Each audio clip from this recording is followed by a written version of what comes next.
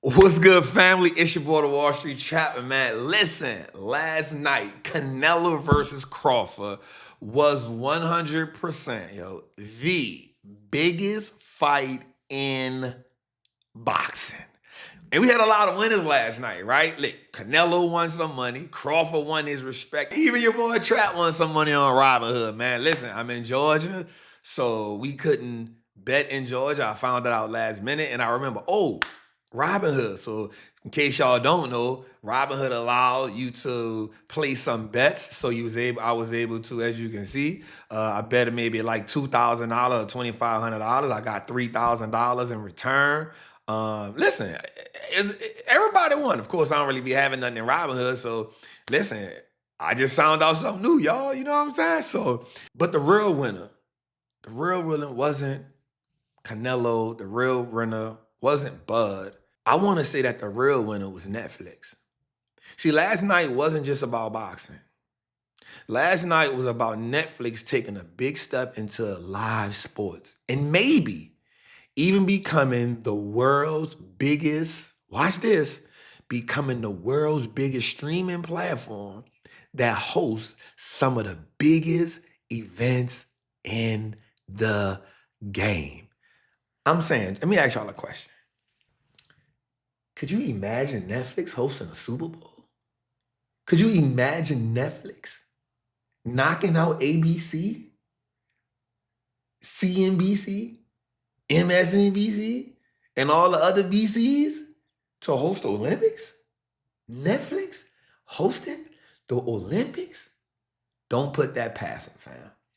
So, before we get into this video, man, make sure you like, make sure you subscribe, right? And if you're not, man, make sure that you are actually following us so that, you can rock out and you can keep up with what we got going on, man. So let's get into it though, y'all.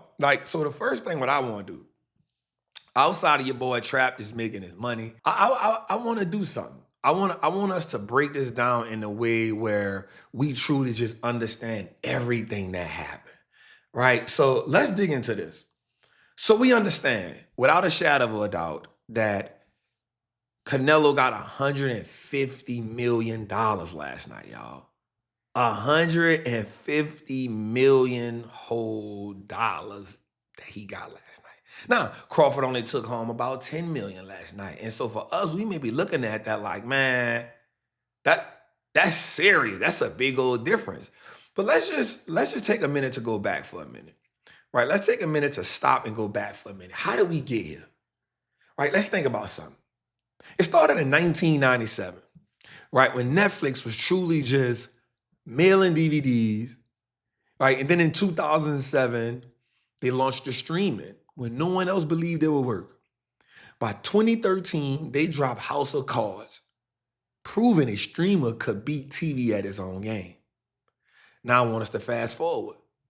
They've become the undisputed king of original content with over 300 million subscribers. 300 million subscribers, y'all. We can't just overlook that. We can't act like that ain't it. But here's the challenge. The subscriber growth is slowing down. And everyone who wanted Netflix pretty much already got it, which means they need a new frontier. Welcome to the world of live sports. So then, now we get a Crawford, a Canelo, which took them into a world where a lot of people didn't think they belonged. But we got to ask ourselves a question. How did we get there? How did we get there? Well, Jake Paul, Mike Tyson.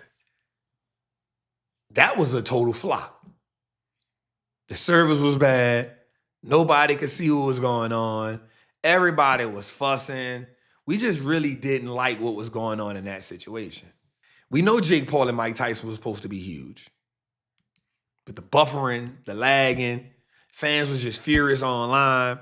It was really a total embarrassment. It really made people feel like, Netflix, man, get out of here, bro. Like, we don't want to see this. This ain't what y'all do. But they regroup. And what happens when you regroup? What happens when you get an opportunity to prove yourself again to everybody that doubted you? You get the Beyonce Bowl. That's right. You get the Beyonce Bowl. You get an opportunity right now to show the world the perfectionist of perfectionists, right? We talk about, like, listen, y'all, we know for a fact that nobody does it better than Beyonce when it comes to performance, when it comes to giving you your money's worth. I'm going to just keep it real. We know that. We understand that. And so they bet big on themselves.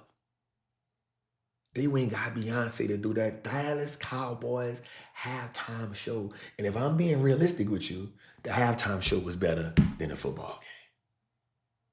It is what it is. So we get the halftime show, we get the Beyonce Bowl, and they nailed it. Now, here's what I want you to understand. At the time, the stock was only about $800. They had a smooth stream, huge cultural impact. Netflix showed us it could deliver live events at scale, and that set the stage for something smoother, something bigger. It allowed them to challenge everybody else. It allowed them to put themselves in position to say, we got this. And so Crawford and Canelo was the turning point. Now, they're saying Canelo got 150.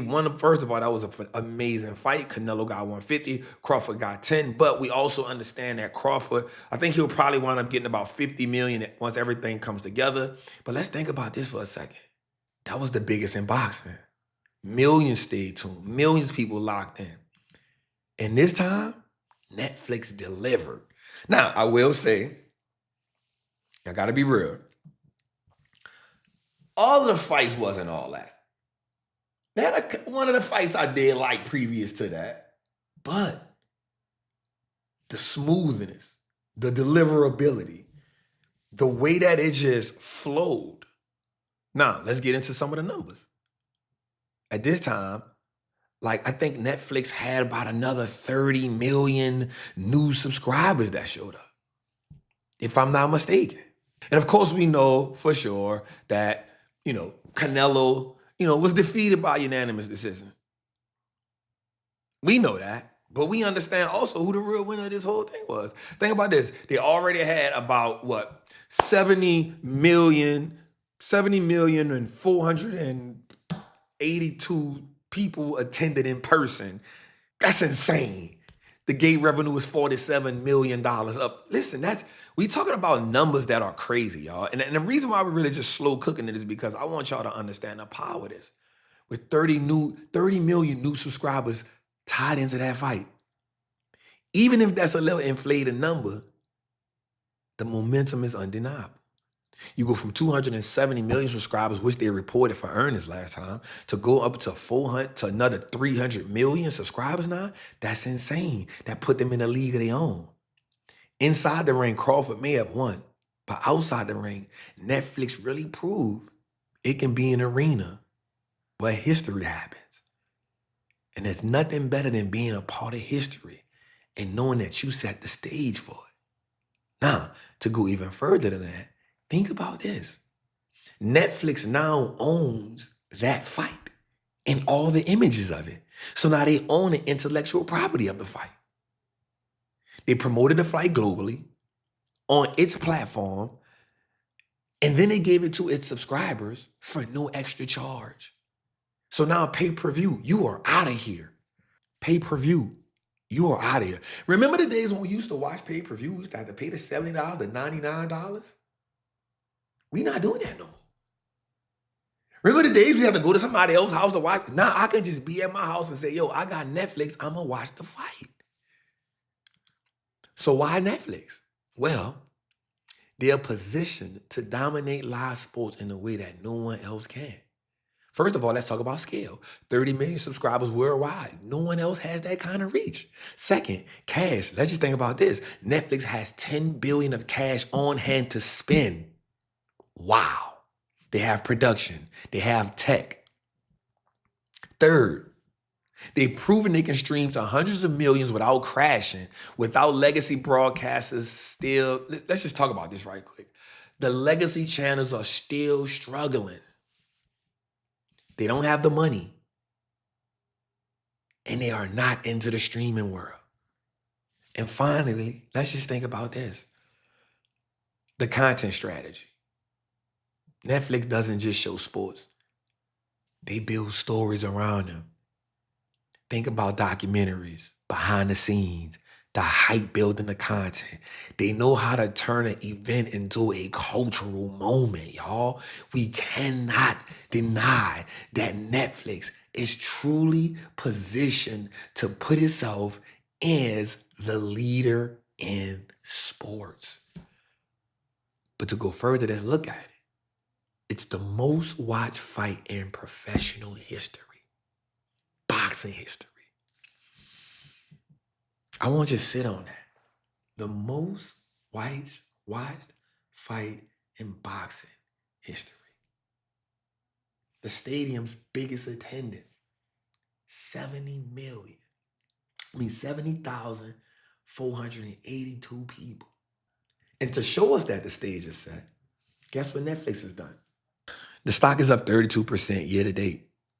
Now, it is on a downtrend right now. I will admit that. It is on a downtrend. But in the last 5 years also, what has it done? Now, and it's not on a major downtrend. It's not on a major downtrend. But it has been down since its last earnings call. But here's what we know. I truly think that Netflix is about to run. Yes, it's up 30-some% this year. Yes, it's up 147%, 46% in the last 5 years. But when you get something like Bud Crawford, Canelo, right? The world sees you different. And this is why some analysts are saying Netflix could possibly host a big game.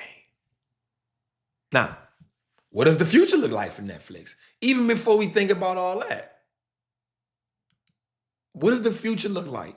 Well, guess what else they promoted that night?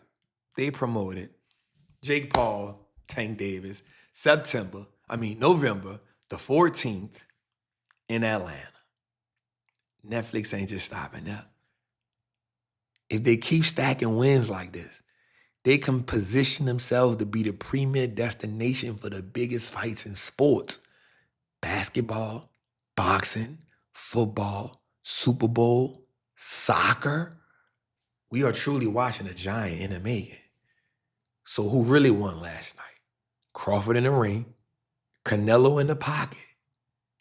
But Netflix has truly won the future. And so the question is, will Netflix then become the global platform for sports? Let me know if you like this video, man. Make sure you like, make sure you subscribe to this video, man. Like, I just wanted to drop this on y'all because I understood that this was phenomenal. And I think everybody missed it. I think as we were caught up in watching this game, the fight, as we were caught up watching the fight, as we got caught into the idea of what was going on, as people were just mind blown by how Crawford just dominated that fight last night, we forgot that it was on the Netflix platform. And that is why you need to own Netflix going into Wednesday's rate cut. It's your boy, the Wall Street Trapper, man. Again, make sure you like, make sure you subscribe, make sure you share this out to somebody, man.